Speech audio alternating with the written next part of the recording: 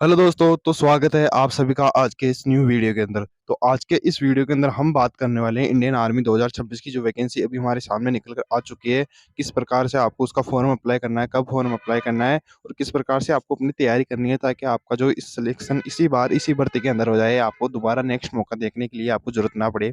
किस प्रकार से मैंने अपना फर्स्ट अटेम्प्ट पेपर क्लियर किया था, ये सब आज के इस वीडियो में आपके साथ शेयर करने वाला हूँ। तो किस प्रकार से आपको अभी से रणनीति बनानी है, किस प्रकार से अपनी पढ़ाई को और से ज़्यादा ज़ोर लगाना है, किस प्रकार से अपनी पढ़ाई को मजबूत करनी है, तो आज की इस वीडियो में हम इसी बारे में चर्चा करेंगे। तो दोस्तों, सबसे पहले हमारे सामने बात निकल के ये आती है कि हमें इंडियन आर्मी की जो फॉर्म है वो कब से अप्लाई कर देना चाहिए, क्योंकि जैसा कि आप सभी को पता है फॉर्म की अप्लाई की लास्ट डेट अभी तक 1 अप्रैल है। लेकिन क्या आपको 1 अप्रैल तक वेट करना चाहिए? जी नहीं, बिल्कुल नहीं। आपको 1 अप्रैल तक बिल्कुल वेट नहीं करना है। इनफैक्ट मैं तो ये कहूँगा कि आपको 20 मार्च तक कंप्लीटली अपना फॉर्म फिल कर देना है। उसके बाद पता नहीं क्या होएगा, 10 दिन है।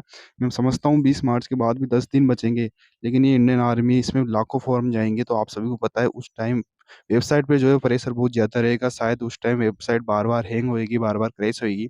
इसलिए मैं आपको सजेस्ट करूँगा कि आपको अभी अपने फॉर्म अप्लाई कर देने हैं। और इसके अलावा बहुत से मेरे भाइयों के अंदर, जैसा कि आप सभी को पता है, आईडी के अंदर बहुत प्रॉब्लम हो जाती है। वो आईडी खुलती नहीं है उस टाइम जब आप फॉर्म अप्लाई करने जाते हो। और उस टाइम वैसे भी लास्ट दिन चल रहे होते हैं, लास्ट वीक चल रहा होता है, तो इस उस वेबसाइट में वैसे भी बहुत प्रेशर रहता है। और अगर उस टाइम अगर आपकी आईडी के अंदर थोड़ी बहुत छोटी बहुत भी मिस्टेक हुई, तो वो आपके लिए बहुत भारी पड़ सकता है, शायद आपका फॉर्म इस बार अप्लाई ना हो। इसलिए अगर आपकी आईडी में कुछ कमी भी होगी, तो वो अभी दूर कर दी जाएगी। आपको भी एआरओ में जाना होगा, तो आप अभी चले जाओगे, तो अच्छा रहेगा, क्योंकि इस टाइम भीड़ कम मिलेगी आपको, क्योंकि अभी 1 महीना बाकी है। लेकिन अगर आप जब लास्ट के टाइम में अगर आप एआरओ के अंदर जाते हो, तो उसके ऊपर भी बहुत प्रेशर रहता है, तो वो भी आपको खुद बहुत कुछ सुना देते हैं। इसलिए मैं आपको सजेस्ट करूँगा कि आपको फॉर्म भरने के लिए बिल्कुल वेट नहीं करना है। आपको अभी अपना फॉर्म फिल अप कर देना है, जितना जल्दी हो सके उतना जल्दी आप जाके अपना फॉर्म फिल अप कर लीजिए, ताकि आपके सामने एक एम भी सेट हो जाए कि हाँ, मैंने अपना फॉर्म फिल कर दिया है और मुझे अब जो है 1 जून से 15 जून के बीच अपना एग्ज़ाम देना है और उस एग्ज़ाम को बहुत अच्छी तरीके से अपने क्रैक करना है।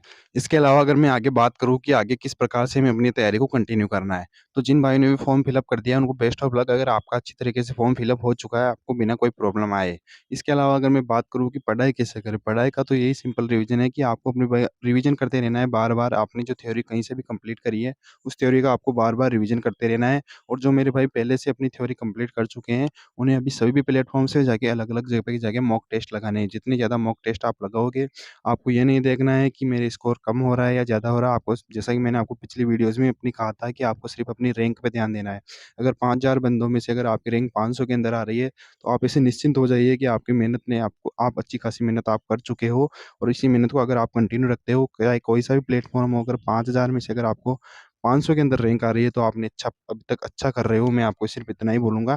और आपको नंबर्स पे नहीं, अपनी रैंक पे ध्यान देना है और मॉक टेस्ट को बार-बार एनालाइज़ करना है, कि जहाँ आपकी गलती रह रही है, आप उसे बार-बार पढ़ो। ऐसा मत समझिए कि ये तो टफ़ है या ये टॉपिक जो मुझे कभी नहीं आ सकता, ऐसा तो कभी नहीं हो सकता। अगर आप उस पे बार-बार मेहनत करोगे, तो आपको ज़रूर ही उस टॉपिक को भी विजय प्राप्त कर लेंगे, उस टॉपिक को भी एक अच्छा स्कोर की तरफ आप लेके जा सकते हो। इसलिए मैं आपको अभी यही सजेस्ट करूँगा कि आप जो टॉपिक अभी आपको हार्ड लगते हैं, सबसे ज़्यादा जो टॉपिक अभी आपको हार्ड लग रहे हैं, चाहे वो कोई-सा भी सब्जेक्ट हो, मैथ, साइंस, जीके, जो भी टॉपिक आपको हार्ड लगे, उस पर आप अभी से डबल तैयारी करना शुरू कर दीजिए। आप जितना ज़्यादा उसे बार-बार, बार-बार पढ़ते जाओगे, उतना ही टॉपिक आपके लिए आसान होता जाएगा।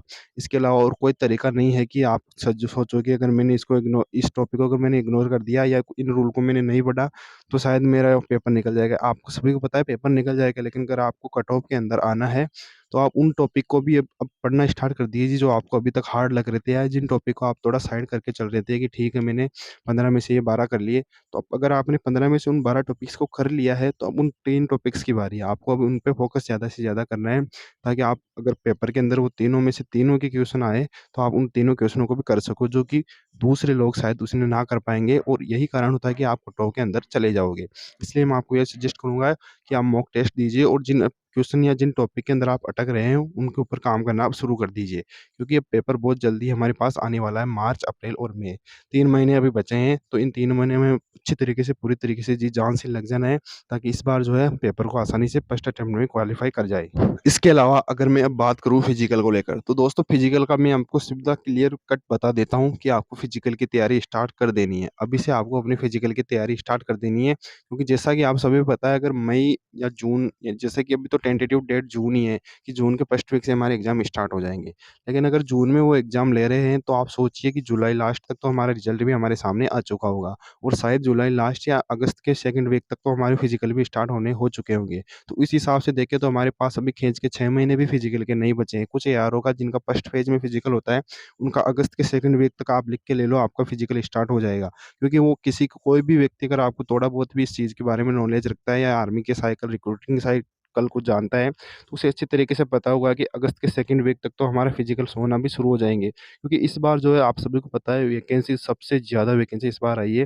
हिस्ट्री में सबसे ज़्यादा वैकेंसीज़ इस बार है, तो उन्हें फेज़ 2 करवाने के लिए भी काफ़ी टाइम लगेगा और जैसा कि आप सभी को पता है कि सभी को उन्हें फर्स्ट फेज़ में जिनका भी फिज़िकल होता है, उन्हें 1 जनवरी तक तो उन्हें जॉइनिंग देनी है। जिस प्रकार से इस बार आपको सभी को पता है ऐज भी बढ़ा दी गई है, तो फॉर्म भी बहुत सारे जाएँगे। तो उन्हें बहुत से बंदों का इस बार फिज़िकल करवाना होगा, इसलिए वो ज़्यादा से ज़्यादा जल्दी से जल्दी फिज़िकल करवाने की सोचेंगे।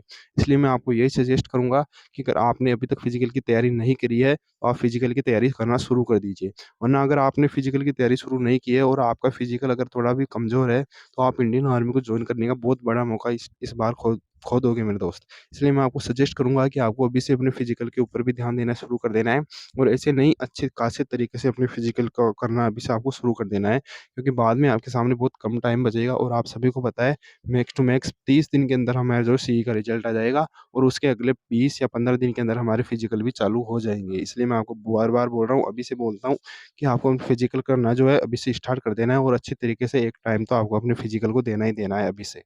तो दोस्तों अभी मैं आपको सिर्फ़ इतना ही कहूँगा कि आपको जल्दी से जल्दी जाके अपना फ़ॉर्म फ़िल अप करवाना है, प्लस आपको जो अपने पढ़ाई जो है उसको बार-बार उसको रिवाइज़ करते रहना। जो आपने थ्योरी अभी तक कहीं से भी लिखी है, आपने अब जो भी नोट्स बनाए हैं, उनका बार-बार आप रिवीज़न करना स्टार्ट कर दीजिए और अपने फ़िज़िकल को भी आपको अब से अच्छी तरीके से शुरू कर देना है। ज़्यादा से ज़्यादा नहीं तो आप दिन में 1 बार तो 1 टाइम तो अपने फ़िज़िकल को देना शुरू कर दीजिए अगर आपका फ़िज़िकल बहुत वीक है।